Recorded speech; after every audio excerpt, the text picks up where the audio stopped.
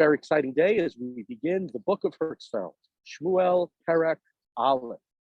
Vayhi ish echad ben haramatayim sofim mehar Ephraim Yishmo Elkanah ben Yerocham ben Elihu ben Tohu ben Suf Ephrati.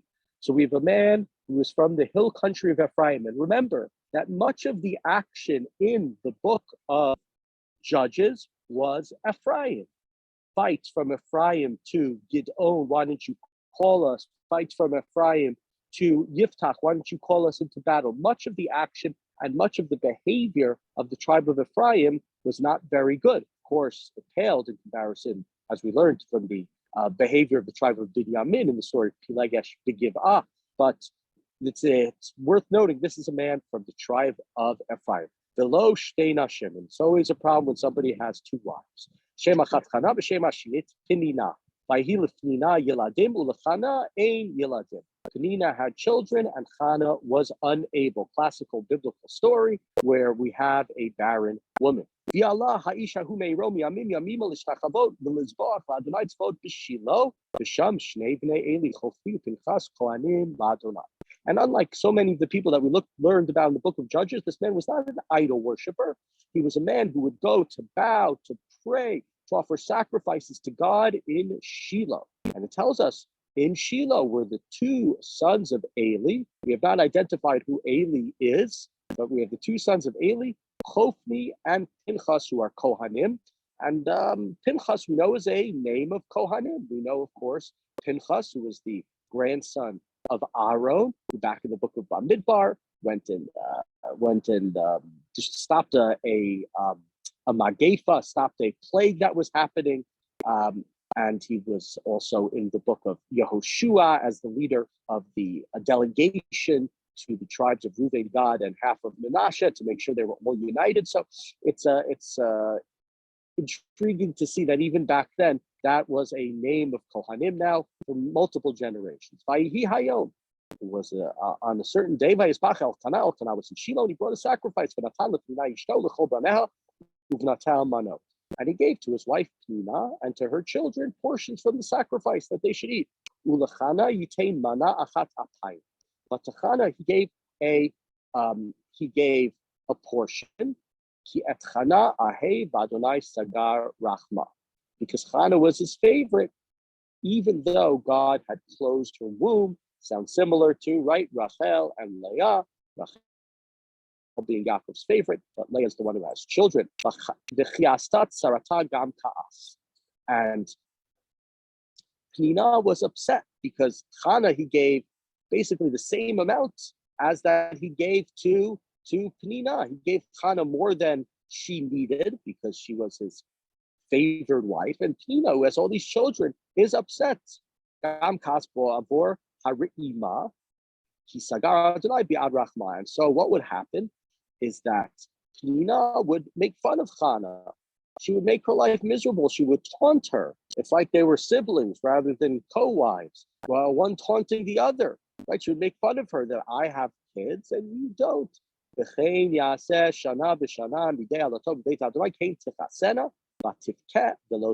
this happened year after year, the same thing, that Penina would taunt Chana and she would reap Chana and she would not eat despite the fact that she was given all the stuff.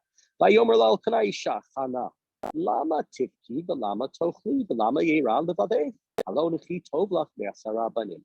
And Elkanah, in classic male fashion, says the wrong thing. He says, Chana, why are you crying?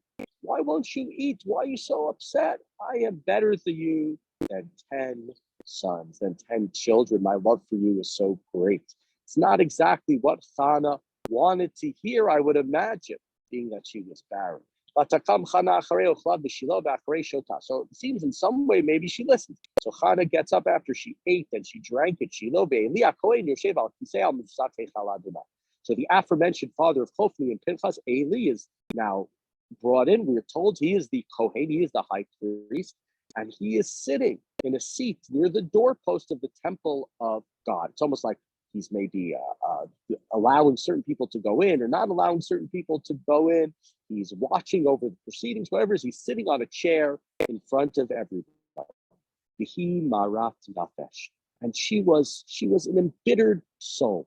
Palel al Adonai ubachol tifken. She's praying and she's crying, sincere prayer. She has something to pray for, something that she's saddened by. Vatidor neder. She takes a vow. Vatomar, and she says, Adonai tzvotim ro'o tereh ba'oni amatecha uzechartani v'lo tishkach et amatecha v'natan la'amatecha zera anashim.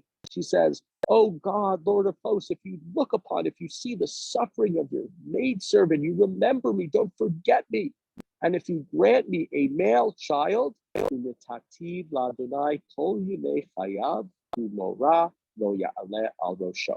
will dedicate him to God for all of his life, and no razor shall ever touch his head. So those, based upon this last phrase, no razor, who said that Shmuel was a Nazir, right? A Nazirite. One of the ideas of the Nazirite is that you don't cut your hair. It seems to me it's more of the idea, it doesn't have to take literally that he was a Nazir, but the idea that he's dedicated to God, like a Nazir is dedicated to God. Meaning, I'm not going to care for him, I'm not worried about the way he looks, he's going to be dedicated fully to God, like a Nazir who has to dedicate himself or herself fully to God. And she's davening, she's praying, she's shuckling, all the things that we imagine with somebody who's really praying with emotion. And Eli's watching her mouth.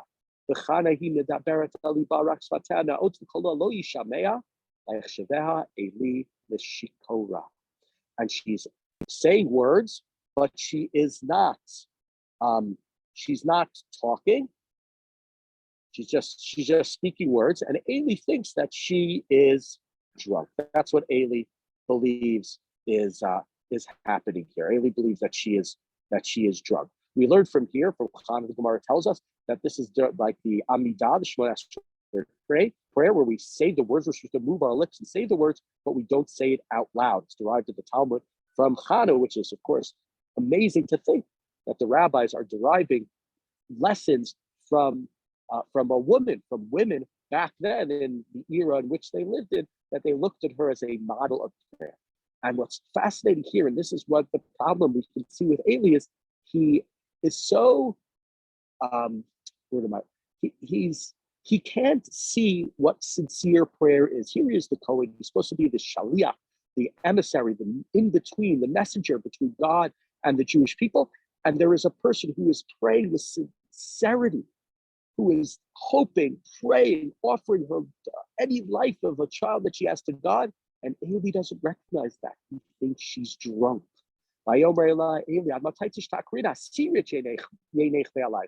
Eli says, how? Enough with the drink. I'm in Las Vegas right now. Enough with the drunkenness. Go and sober yourself up.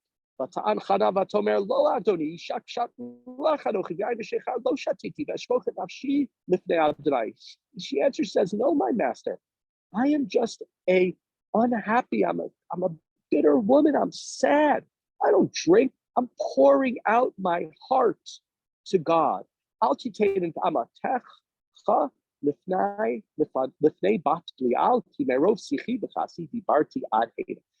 think that I'm a worthless woman. I pointed this phrase out before. Blial, the people from the tribe of Benjamin who raped the concubine were called Bnei Blial. She's saying, don't think that I am like that. I am not a bat Blial. I'm not somebody without the yoke of God upon me. I'm praying to God. I'm anguished. I'm distressed. I want God to answer. Vayan Eli, Ayomer Lechila Shalom. Elohei Yisrael, Yitain et Shelatecha Asher Sha'alta Be'imo. Eli, to his credit, recognizes that he was wrong, and he says, go in peace. The God of Israel will listen to your request. Vatome. And she says to him, and she answers to him, she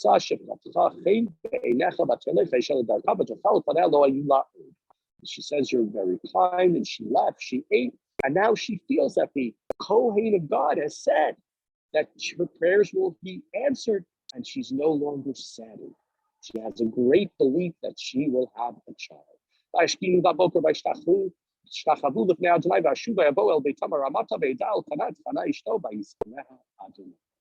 And early the next morning, they again pray to God. They go home to the Ramah where they live. Elkanah and Hannah are intimate, and God remembers her.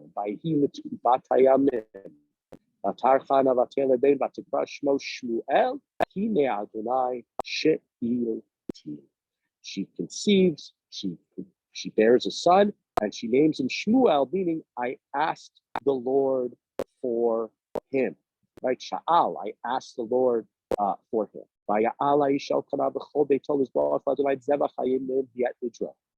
And when Elkanah and all his household were again, because every year Elkanah would go up to Shiloh, go up to the temple, and pray to God, he'd offer sacrifices, and they're going up again to sacrifice. She says, I'm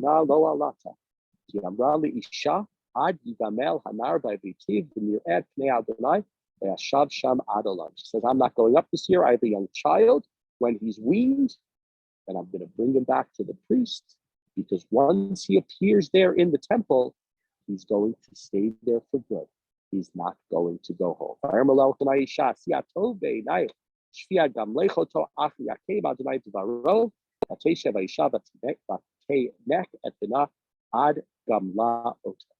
And Elkanah said, you should do what's best. Stay home until he's weaned. God has fulfilled what he said to you, and so she stays home. She wants to keep the child close to her. She wants to give whatever she can as a mother before she hands him over to God. Two,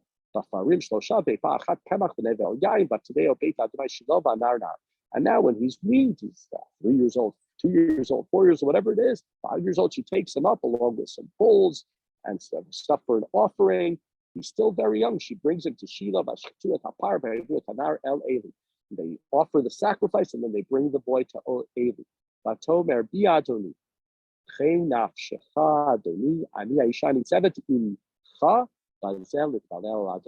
And she says, I am the woman who stood here beside you and prayed to God.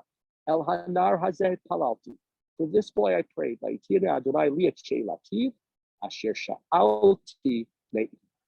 And as I prayed, God has granted. And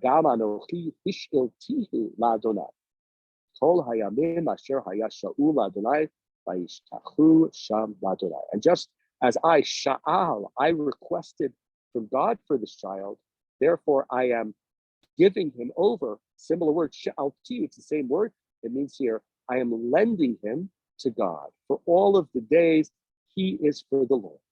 And she bows down before the Lord. And this is a woman, Hannah, and what we see here is she wants something, but it's almost like she doesn't want it for herself. She wants it for God. She wants the child, but she's saying, if you give me a child, I'm going to give him to you. It's not about me. It's not for me that I want this child. It's for the Israelites. It's for the Jewish people. It's for you, God. And it's an amazing thing to think about. You would think she finally gets a child. She wants to keep that child forever. She wants to have that child home, but that's not who she is. And Chana here, one other comment, we'll stop with this. We'll see Shiloh is not the best of places. We got a hint to it with Eli. He can't recognize who is sincere, who is drunk. He's a little bit removed. He doesn't understand what goes on. And we'll see as to the reason why. Chana is an outsider to Shiloh. She's a woman in a male-dominated society. I'm not saying that in a bad way. It's the ancient world. That's the way it was. And she's an embittered woman. Back then, when a woman's value was based only upon whether or not she had children. So she is somebody, she's outsider. She's somebody who's not from the Hanhala. She's somebody who's from the outside. She's somebody who is coming with a different perspective. And that's, in a sense, what's so important about her.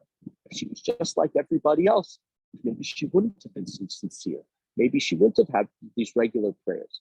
But it's oftentimes from the outsider, for the people who are dismissed from the society, people who are disparaged, that we learn the greatest lessons, because they have the most motivation, they have the most pure souls. And Chana is one of those outsiders who teaches us all about prayer, all about not just being concerned for yourself, but wanting something, not for me, but for the nation. And of course, we will see that this child that she asked for is not just given over to God, but we know will become one of the greatest leaders in the history of our